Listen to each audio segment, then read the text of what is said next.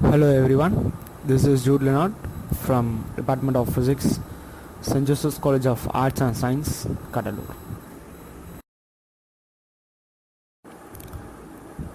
Today we are going to discuss about p-n junction diode. We know that p-n junction is a material of positive and negative. When it is sandwiched together, we get a p-n junction diode.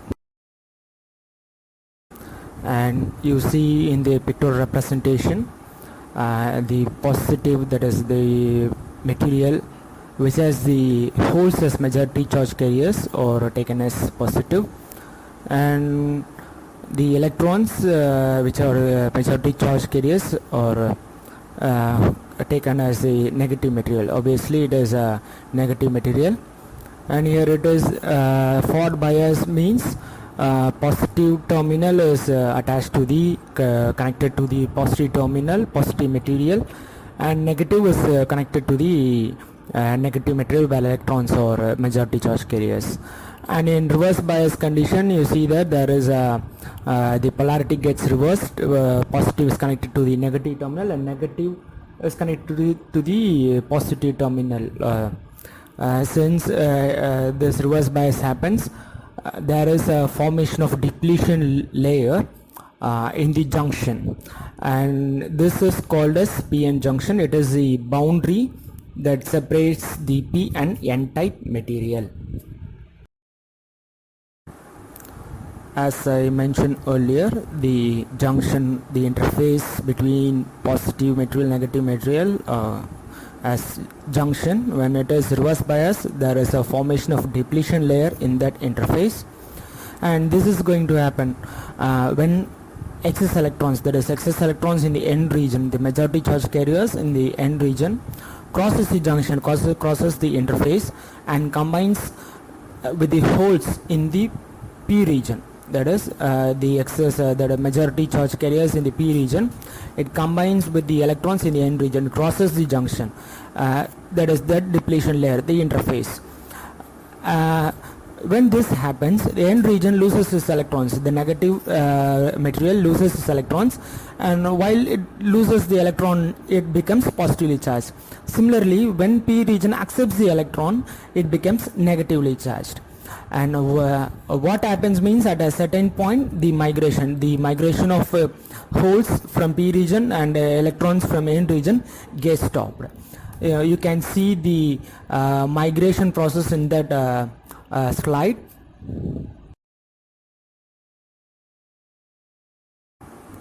You can see in the diagram the formation of depletion layer. First one is when it is forward bias, the things will happen over there, and when it is reverse bias, you can see there is a formation of depletion layer in the interface. And while this happens, an addition of electrons, there is an additional electrons from the n region or repelled by the positive charge on the p region. So similarly, an addition of holes in the p region gets repelled by the positive charge of the n region. So as a result, what happens, there is a formation of depletion layer due to the repulsion of either sides. So this is called as a emptied mobile charge carriers, and the layer where there is no migration is called as depletion layer. The formation of depletion layer is contains that no free charge, there is no mobile of charge carriers, there is immobile ions are only present in the depletion layer. And this width of the depletion layer, whether it is a thin layer or a broad layer, it depends upon the doping level. We know that adding impurities to make the ions excess of charge carriers are called as doping, and this doping level of the layer, the formation of p-n junction diode, in accordance to that, the depletion layer is formed. The thin depletion layer means it is heavily doped, the region is heavily doped, and while it is lightly doped means the formation of depletion layer is very thick. The next important term that we have to discuss is about potential barrier. Um, when this happens, when this junction reverse bias happens, when there is a formation of depletion layer, the potential barrier arises. The electrons in the n region, the majority charge carriers in the n region, that has to move. You have to imagine like a person moving through a hill. So the person having that much of potential to cross over the height of the hill must be able to reach the top.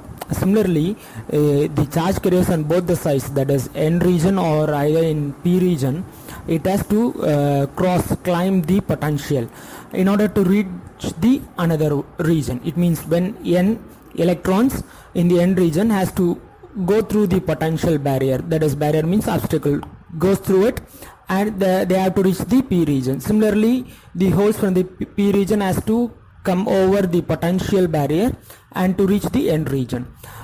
These electrons trying to cross this region from n to p experience a retarding potential. We know that due to potential, due to battery given to it, there is a retarding potential, there is a slowdown, therefore it is repelled. Similarly, for holes also you can consider for holes from p region. Thus there is a potential barrier for every material. For example, in general we know that the germanium has a potential barrier of 0.3 volt and silicon is 0.7 volt. In terms of band gap energy, we know that by giving this amount of energy we can travel through the potential barrier from one point to another point. And it is not possible for a non-conductor, for a non-conducting material to cross over this valence band to the conduction band. That amount of potential is not practically possible. And whereas in conducting material, the overlapping of valence and the conduction band is there is no need of giving amount of potential to that free electrons to get over there. And obviously in semiconductors, by adding impurities, by doping it, we can transfer the valence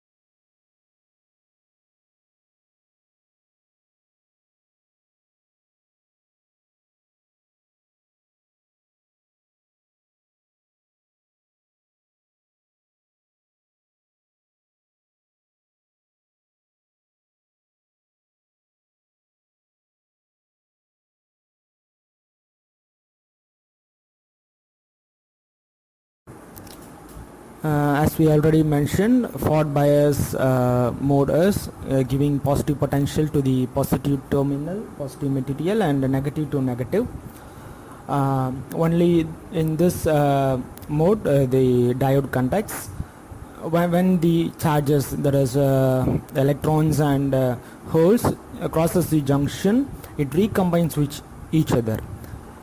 It means that for each hole in the p section, there is p junction, majority charge carriers cross, when it crosses the junction, it combines with the electron in the n junction, which is majority charge carriers of that junction. There is a breakage of covalent bond binding between those charges, and since there is a breakage, there is a liberation of electrons. This electron carries to the positive terminal, positive side of that material, and similarly there is a liberation of holes, and it gets enters to the negative terminal. Thus these recombination creates a electron hole pair. Current in the n region it is carried by electrons, and while in the p region we all know that holes is majority, so therefore current is carried by the holes.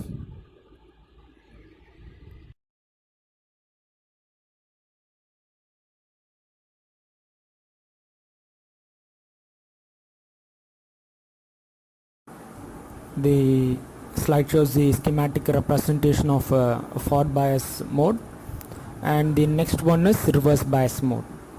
And the name insists the reverse, the polarity gets reversed. The p-type material is connected to the negative terminal of the battery, while the n-type negative material connects to the positive terminal of the battery, and this makes the reverse bias mode. And only in the reverse bias mode there is a formation of depletion region, where there is no movement of electrons or holes, immobile ions are present. And if the positive of the battery is connected to the negative, as I mentioned earlier, the free electrons and free holes attracted each other towards that depletion, towards a junction called as depletion region, and hence there is the formation of depletion layer grows more and more as the junction, PN junction diode is reverse biased.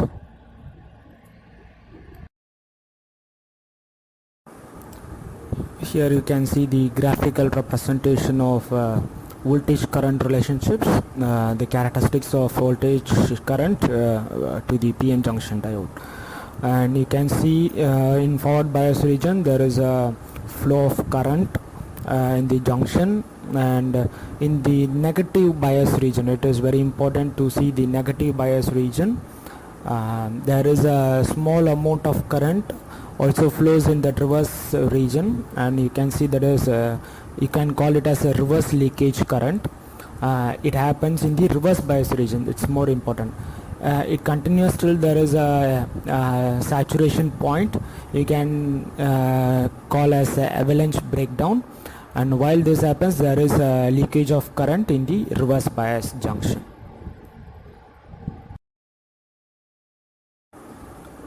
Thus the PN junction diode allows the electrons to flow only when it is positively connected, and this property is used for the conversion of AC into DC, and it is called as rectification. As I mentioned earlier, this PN junction diode acts as a rectifier, and it is used as an automatic switch. When the diode is forward bias, the switch is closed, and when it is reverse bias, it is open.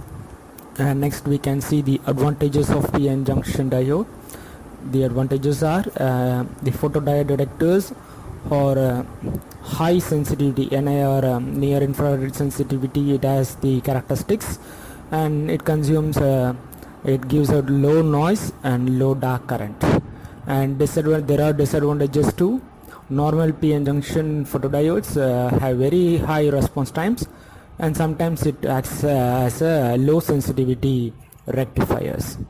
And the important applications are it used as a rectifier to convert alternating current to direct current, and in computer circuits is used as a switch, automatic switches, and it is used to detect the receiver, that is radio signals, audio signals in receivers. And in LEDs you can know by the different materials encased, there is different types of colors produced by the LEDs.